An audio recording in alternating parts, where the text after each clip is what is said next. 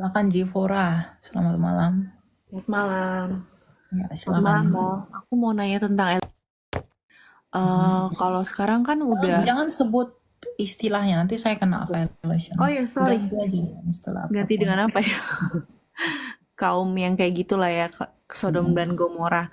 Eh, Sekarang kan udah marak banget ya, Kak. Dan aku tuh nggak nyangka sih, ternyata saudara aku kayak gitu kan.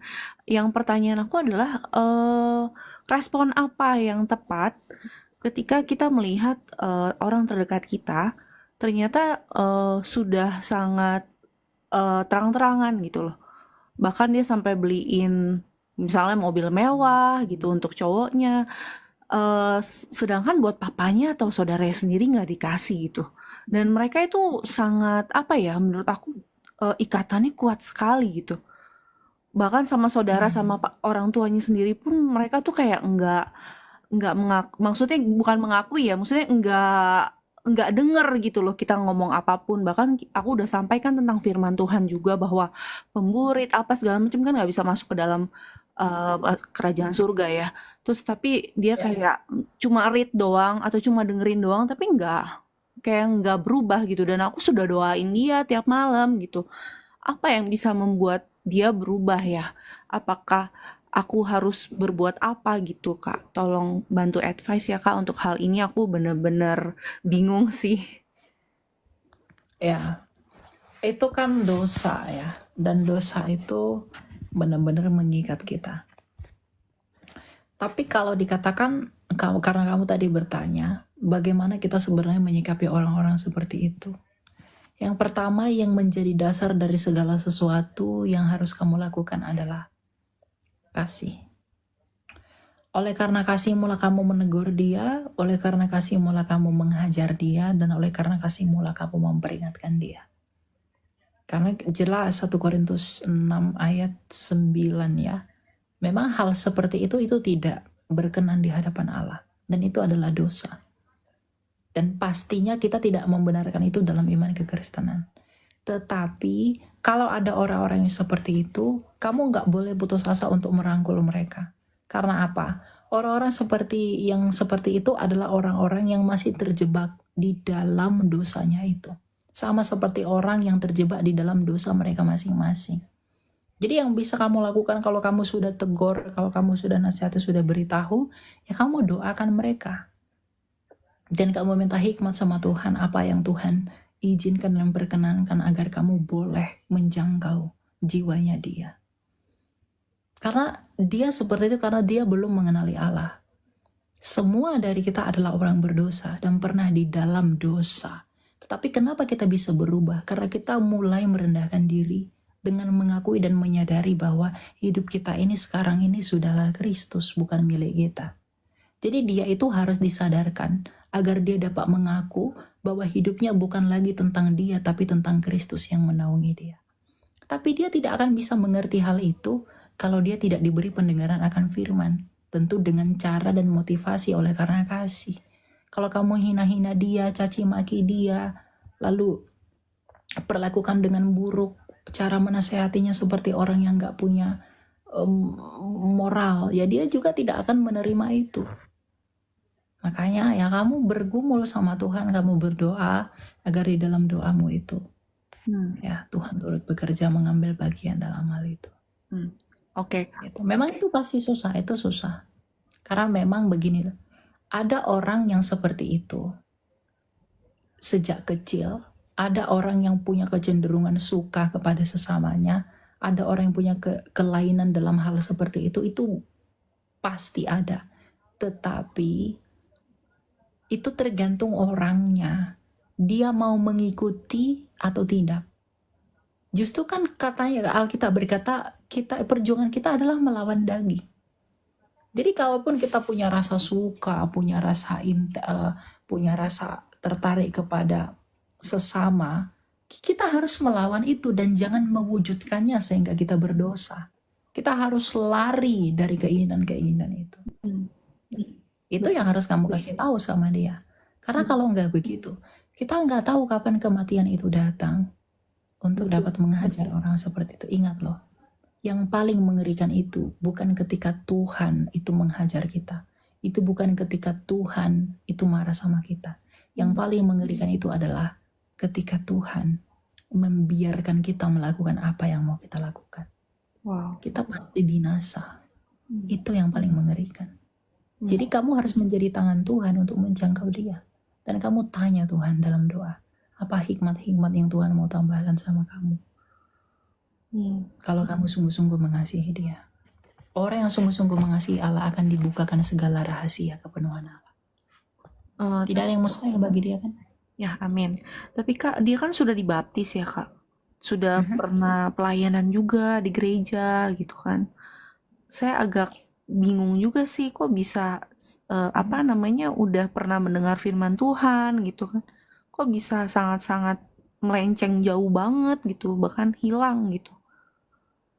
Ya itu orang yang di gereja belum tentu dia adalah gereja itu sendiri. Justru yang paling hantu yang paling banyak itu lebih banyak di gereja. Karena setan itu berusaha menarik orang-orang milik Tuhan. Kan tadi kita udah baca dalam Wahyu 12 perempuan dan naga. Naga itu berusaha memburu perempuan itu untuk membunuh anak laki-laki yang dikandung perempuan itu. Itu adalah simbol bahwa naga itu ingin memburu gereja dengan membinasakan orang-orang kudus yang dilahirkan gereja. Maka setan itu akan selalu mengganggu orang-orang kudus dengan memberikannya kecemaran agar binasa sama seperti iblis itu akan binasa. Kita harus menyadari itu agar kita tahu bahwa kita tidak sedang di dalam hidup, kita sedang di dalam ambang kebinasaan. Kalau kita mengerti itu. Ya, orang-orang pria yang sering ke gereja pun belum tentu mengerti Alkitab. Orang yang sering ke gereja pun belum tentu mengerti firman Tuhan. Belum tentu kan? Pelayanan-pelayanan. Do you know apa yang memotivasi mereka pelayanan? Apa karena mau cari panggung, agar dilihat orang, ingin mencari target, ingin mencari apa? You don't know. Meskipun mereka standing di dalam gereja, without judging him. Tapi itulah faktanya. Itulah nyatanya. Saya tidak mengatakan bahwa saya orang yang baik, saya tidak mengatakan saya orang yang sempurna. Tapi karena saya adalah pelayan Tuhan yang hina, ketika saya pergi ke banyak gereja menjumpai orang-orang yang mengaku yang adalah pelayan, ya memang motivasinya adalah ya untuk hal-hal seperti itu. Ingin tampil, ingin kelihatan.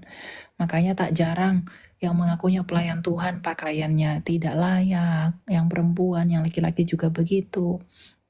Hanya ingin kelihatan fashionable tanpa mengerti kesederhanaan Kristus seperti apa. Jadi pelayanan itu bukan melayani Tuhan, tetapi sedang melayani apa? Melayani daging kita. Dan saya pun kadang lemah dalam hal itu. Saya pun masih kadang jatuh dalam dosa, tetapi kan tidak hidup lagi di dalam dosa. Jatuh di dalam dosa dengan hidup di dalam dosa itu dua hal yang berbeda. Orang yang sungguh-sungguh melayani Tuhan adalah orang yang membenci dosa itu. Ketika dia jatuh, dia tidak lagi mau di dalam. Sama seperti ayam dan bebek. Orang-orang yang sungguh-sungguh percaya Tuhan, itu akan seperti ayam. Ketika dia jatuh ke dalam air, dia pengen keluar karena dia nggak suka air itu meskipun dia masih di dalam air itu. Dia benci sama air itu. Tapi kalau orang yang hidup dalam dosa itu seperti bebek. Ketika dia jatuh dalam dosa, dia akan berenang tidak mau keluar dari sana. Dia nyaman dengan hidup yang seperti itu. So, what do you think? Gitu aja sih. Jadi ya kita tuh nggak bisa menilai orang itu dari sampulnya. Dan saya pun nggak mau menghakimi saudara kamu itu. You have to know apa yang menyebabkan dia seperti itu. Apa yang membuat dia melakukan itu. Kamu harus tahu akarnya agar kamu berhikmat menyelesaikannya.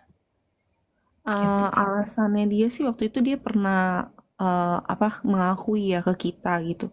Dia tuh digituin juga sama salah satu paman kita gitu, om kita. Jadi aku kaget sih gitu. Oh, bisa ya gitu kan. Tapi maksud aku kan kita kalau udah terima Kristus, kita udah dewasa secara rohani, Apakah dulu waktu masih kecil setiap dari kita atau aku sendiri pernah nggak dapat pelecehan? Pernah, tapi kan kita harus bisa mengampuni gitu kan, harus bisa ya udah kita mau move on, mau bangkit dari diri kita kan, tapi dia tuh enggak, dia malah makin jatuh, makin jatuh. Aku udah sering ngomongin dia gitu dan aku sudah mengasihi dia banget, Kak. Cuma kenapa dia tuh kayak manfaatin gitu setiap kali aku mengasihi, memberikan dia misalnya dia lagi butuh uang, aku kasih uang. Tapi ketika aku lihat dia ternyata beliin sesuatu buat cowok bahkan gitu kan yang barang mewah itu aku kecewa banget. Wah, selama ini dia bilang dia nggak ada duit gitu. Jadi kebuka gitu kemarin. Jadi aku kaget banget dan aku kecewa. Aku marah sama Tuhan. Tuhan kenapa aku udah sayang sama dia? Kenapa dia begitu gitu kan?